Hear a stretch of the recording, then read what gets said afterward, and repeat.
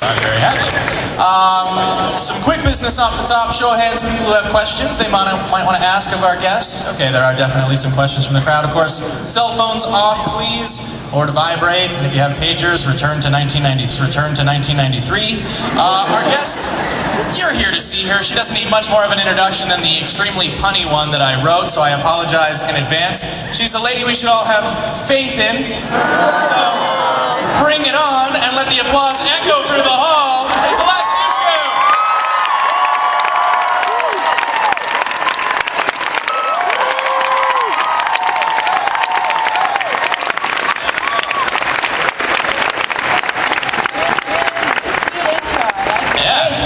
I spent 3 hours writing. So tense. So how's Fan Expo? Sorry? I'm a fan of your... Thank you. Thank you. This is Hi, going well. Thanks for coming. Wow, there's a lot of you. Like, getting my GBs. Woo! Welcome to Ron. Oh, you enjoying yourself here so far? I am, yeah. I shot a little movie here 10 years ago called Wrong Turn. But we shot in the woods, and I was poison ivy. I poison ivy all over my body, and memories of Toronto. Wow, what's that saying about the city? Poison ivy was a fond memory. Well, on a movie go and have the art director scope out where they want to shoot. They'll clear the area of poison ivy, but our director Rob Schmidt, he wanted it to really look natural. Like, he really wanted us running through so they'd go, here's your set for the day, and he'd go, I want to shoot over there. No. So he'd run us into these poison ivy patches. Well, that's something that you're definitely known for, sort of jumping into roles very, very physical in everything that you've done. Is that something that you really love, or is that just happenstance that you just happen to be in these roles? I like physical. I do like physical. I don't know, growing up as a tomboy, maybe one of my first movies was called True Lies, and there was 18 years ago. I'm totally dating myself and I don't give a shit. But that was 18 years ago. That feels like forever. I can actually say I've been doing something for 20 years. That's bizarre. But that was like so stunty. I was literally hanging off the Harrier jet. I was like weeping on the side. Jim Cameron was like, get that lady out of here. But that was the first, kind of action experience I had, and I think it primed me for being up for anything. Well, we have definitely seen you in a lot of genre work, sci-fi work, and we were speaking earlier, we had an interview where I asked you about, strong female characters in sci-fi.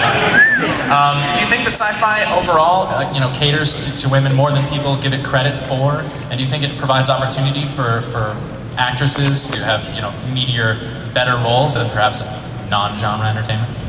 I mean, I think that certainly the genre gives more, it has more room for female strong characters for sure. And I mean, I definitely found that, especially one of my first roles in television in the sci-fi world was on Buffy.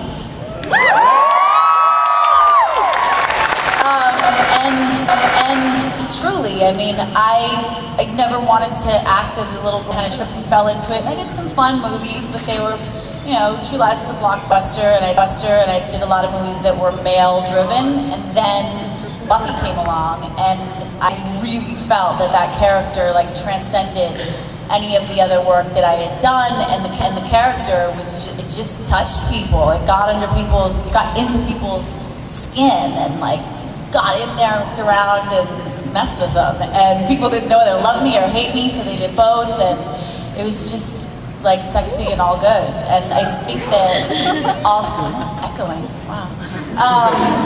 Also, again, you look at the business, and it is very still male-driven. And I mean, you look at what female actresses there are out there that are known for their female ass-kicking roles. And you have Angelina Jolie, and she's awesome. I'm a fan, but it's still a numbers game in the studio world, I think. And so with the genre and sci-fi and these different TV shows, and if you can get those great writers in there and you can get it on screen, we've done some really cool stuff, and I've seen some really cool stuff. Well, is that in part what inspired you to create your own production company? It's Boston Diva Productions. It is. So right. yeah, tell us a bit about that. Why did you decide to foray into the world of behind the scenes work? Definitely because of that. I mean, partly I'm a type A personality. I like to control things. So I liked the element of being able to control what I was doing, especially after those 20 years I was talking about being on one side of the camera. What we do is share people's stories, and I, of course, have this mother that's just a feminist and a powerhouse, and through my whole life, whenever we would travel, she's like, this is what it's about. Especially as an actor, you're there to share stories. So the more stories you hear, the more people you meet, people you talk to, and women that you can, fall in love with and emanate. That's what's important. I gotta ask you before we open it up to the floor. Obviously, you've worked very closely with Joss Whedon. We're all huge fans of his work.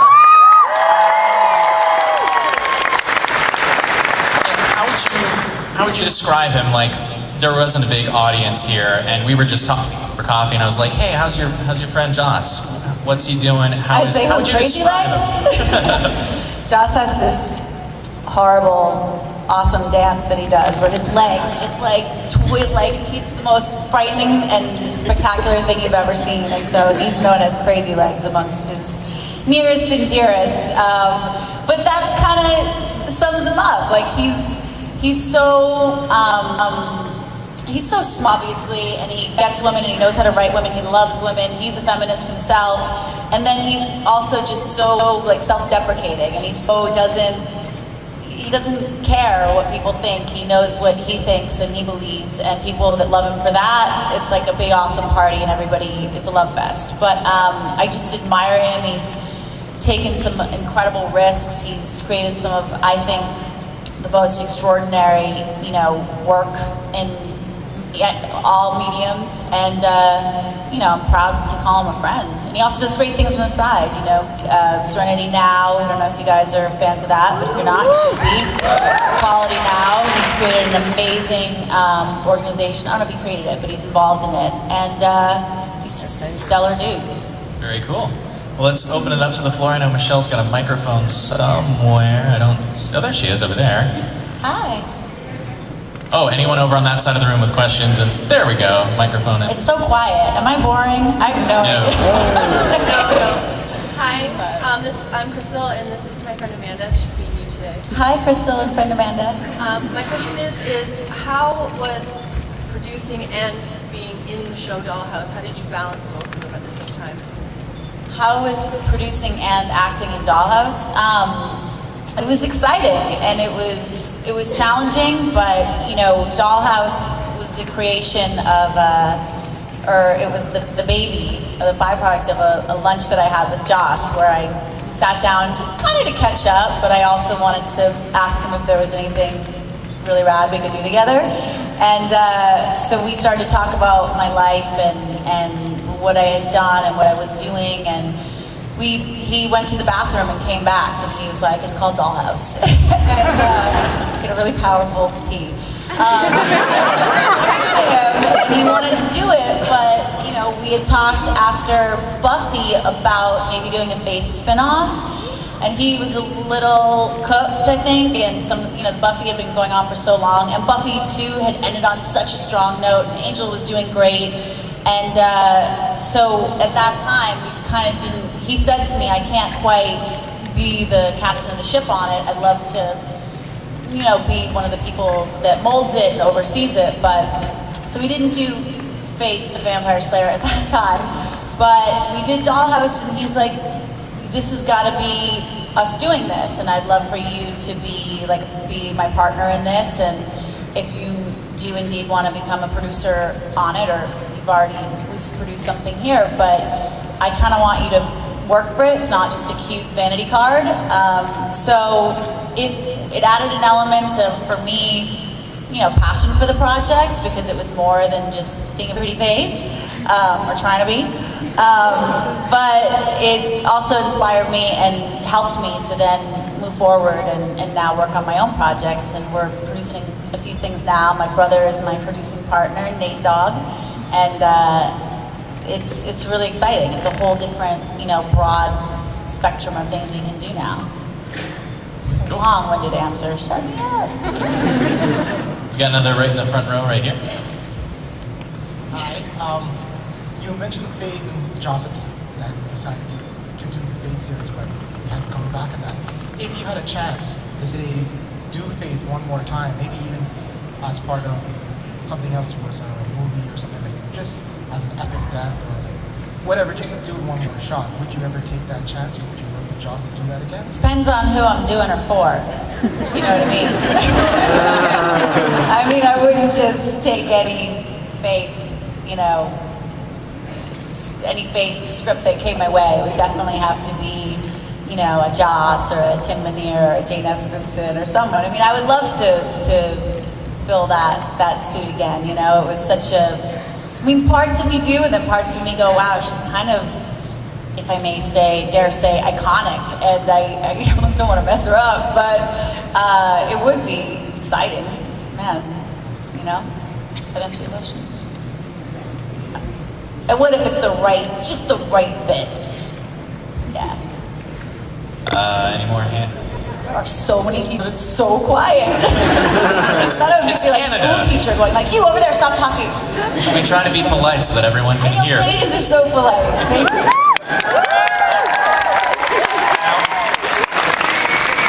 Hi, Eliza, I love you. Hi, I love you too, where are you? Hi, I just wanted to ask, like, if Echo, like, while she was Omega, got in a fight somehow with Faith. We're gonna ask that. Who would win in a fight with Faith and Echo? I mean, I can't split the audience right now and my favorite. I'd say it would be like a 5-year fight. It would be gnarly and everyone would love it and you'd fall asleep by the time, you know, somebody won. That's a very, very politically correct answer. I love there's my another brother. one right down the laneway here. It's also like like fighting myself, who would win? I don't know. No one would win if they fought. I have, you know, belief and gusto behind both of them. Here we go. I'm biased. So part of it, we always talk about Joss and the genius that is Joss, but I think part of the genius is he also always brings in the right people. And since you've worked on some of his productions and been involved like that, I was wondering if you could comment on some of the writers that have worked for these shows. Yeah, I mean, I definitely give it up to Joss.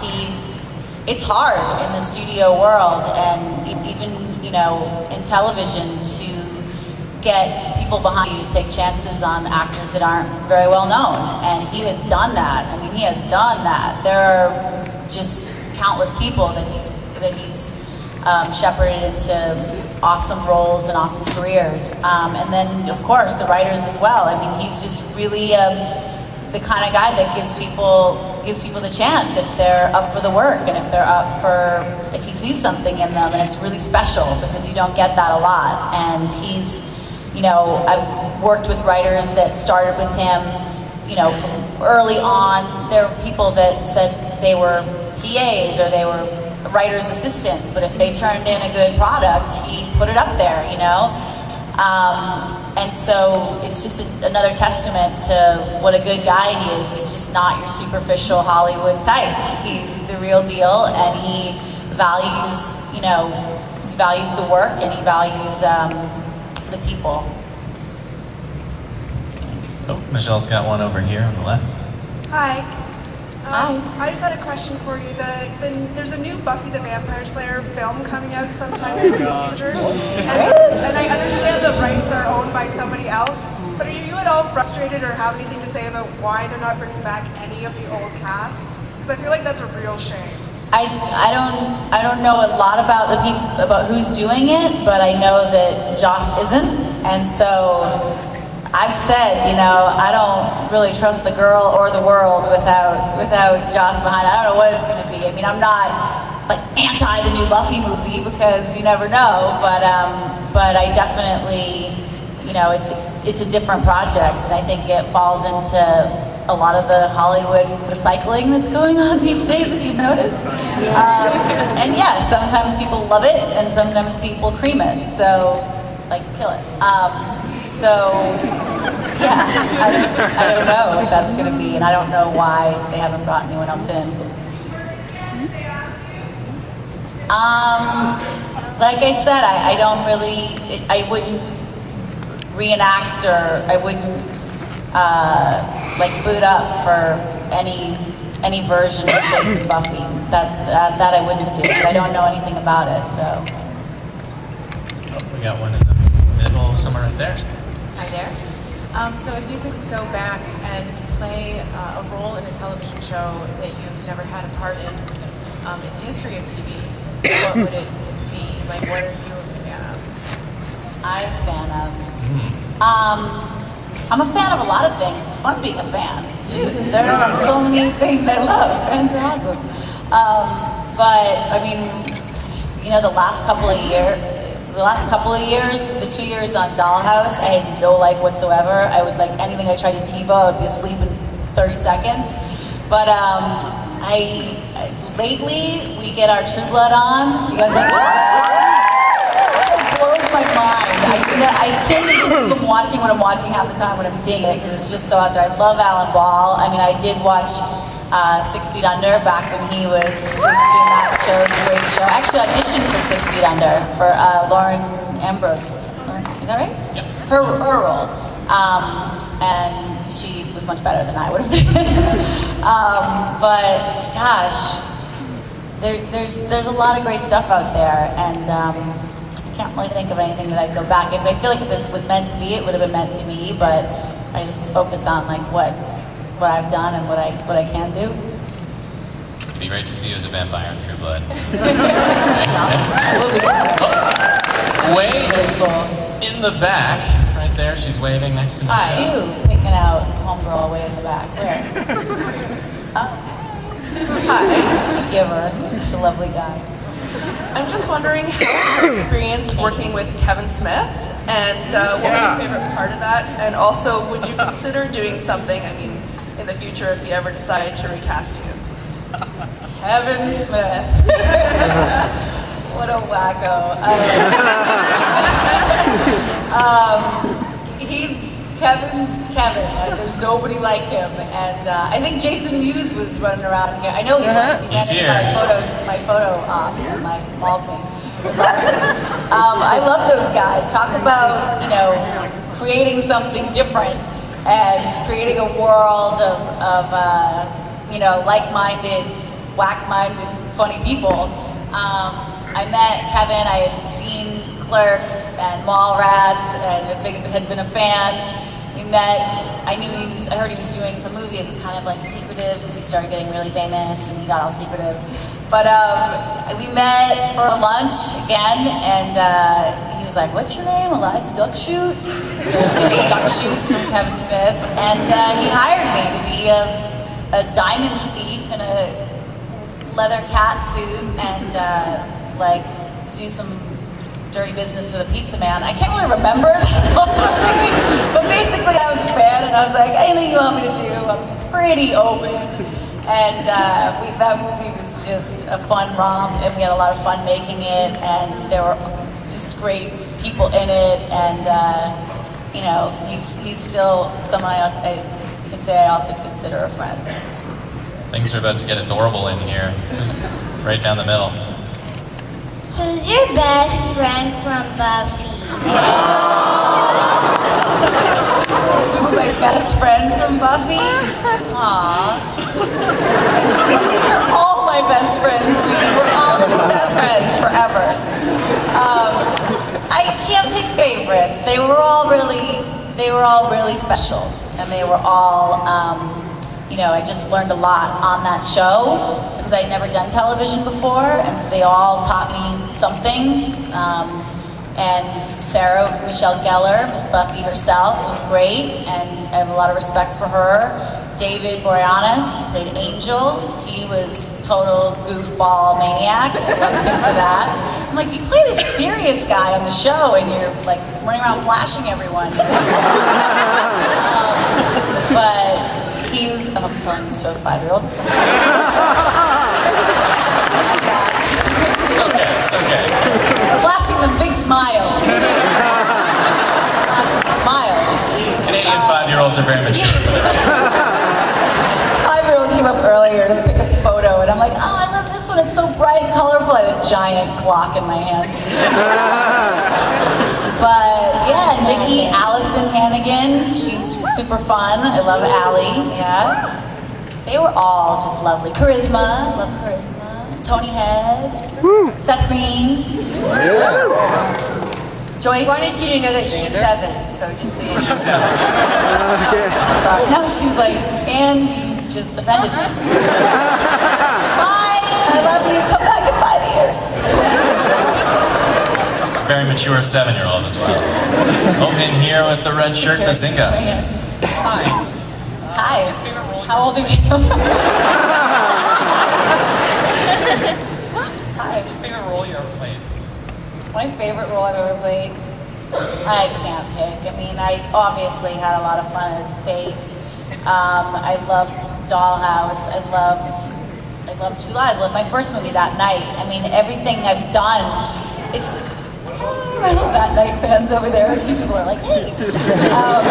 But, you know, it's cool and creepy to have my entire, like, life from 10 on documented and filmed.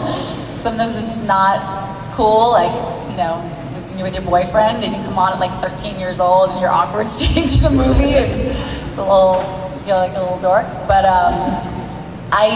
everyone that I played, I can literally look back and see where I was at that time in my life. I mean, I look back at Faith and I was 17 years old, just graduated high school. I think I was still wearing my leather pants and my, you know, like Army Navy jacket and beating people up. So that was me. And then Dollhouse, I was like 27 and I didn't know what I was wanting to do with my career or roles or my life. And so Joss made me this confused young woman that didn't know who she was. And everything has kind of been art imitates life in a way. I'm not really an actor, I just play myself. I'm gonna try acting one of these days though. I hope I'm good at it.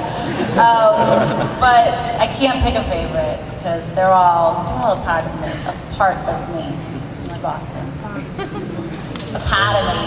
My father. Oh, right there now. There we go. Okay. Hi. One of my favorite moments in Angel is when you thrash the ever-loving hell out of Angelus. It's probably one of the most epic things I've ever seen. So my question for you is, what was it like jumping over to Angel and just, you know, tangling up with like a whole new storyline, you know, fighting with the Beast, fighting with Angelus, and bringing back Angel's soul? And for me to, what? Helping bring back Angel's soul. Oh, it was, you know, it was a lot of the same people, and so I trusted that they would come up with just as intricate and exciting storylines, if not, you know, more so. I love that episode 2 of Angel where I kicked his butt. He's a 7-year-old still here. In the alleyway, and a lot of people say that that's one of their favorite scenes, and I don't really know what was going through my head during that scene, but I watch it too, and I'm like, damn girl, you had some rage. Self-loathing and craziness, but it was cathartic and, you know, special, and I love that they did felt seamless. Like it definitely felt like the character left Buffy and came in, and I liked that it was all, you know, full circle like that, and I kind of got to finish Faith there. But wait, and then I came back into Buffy. Yeah, but it was seamless, and I liked that because it was a lot of the same minds behind it. Right down here on the right. Hi, so my girlfriend and I really love Dollhouse, like we're Bennett and Topher. So, oh yeah, check you out. It's really hard to find a sweater vest.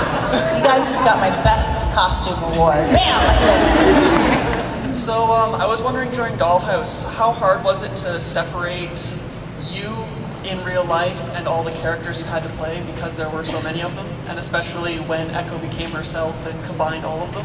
Was it really hard to keep everything separate? Yeah, I didn't. I was completely schizophrenic for 2 years on that show. And I'm not joking.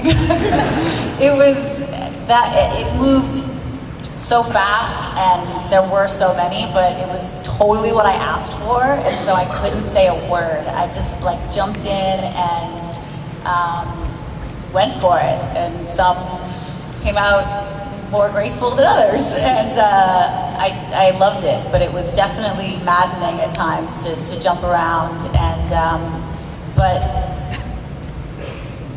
you know, as an actor, I guess that would be one of the times where I've really had to act. I had to think about it, and I just did my best, you know. Oh yeah. We got time for one more question. We got right in the front row here. Hi. You've done a lot of different shows, and I'm wondering, what is it that you're most recognized for? What do people come up to you and say, I loved you in the most? And take a wild guess. Stab it. Yeah, Faith. Faith is definitely, and it's international. That's what blows my mind. I mean, people, that show has translated into, I mean, I've been in South America, Africa, China. I've heard my voice dubbed in more wacky voices and languages. And it's astonishing, but it's so exciting to me, you know, because it just shows how universal and powerful the show and that character was, and I'm really proud of that. I'm really grateful for the people that let me do that trusted me to do that too. Well, we're very grateful to have you. Oh, we have time for one more. All right. I love it. Bring the drama in. Bring it down the stage. Right there in the glasses, then. One more. This guy. Eliza, in between Buffy and Dollhouse, you also did True Holland. That became, known for The Hangover. What was your experience filming with him? Zach Galifianakis. I love him. He was one of my favorite people that I got the chance to work with, and one of my favorite things about having done that show was that I got to work with Zach and Matt Bomer, who I just worked with again. And I flew in on the plane last night with Jason Priestley and his wife and kids. That was cute. A little True Calling reunion. But he was, everybody that knew him on that show knew that there was something bottled that was it had to burst at one point, or else people are just stupid and they couldn't see it, because we all saw it. The dude is just insanely smart and funny, and I'm really psyched for him, proud of him. Thank you. I know why you like the new guy. Whenever the guy comes up, he goes, I love the new guy. I'm like, Gotcha. I got your number, pal. Thank you. That was a fun movie. I shot that in Austin, Texas. Another great city. For you off stage, so everyone, We're please gonna do more signings. I hope you guys got some good pictures, and I think I'm gonna be signing some more, and I'll be here tomorrow. And I know you're all following me on Twitter. Come on, this room alone, we could get to 1 million followers over there. And I apologize for anybody that follows me on Twitter, because I have no idea what I'm talking about.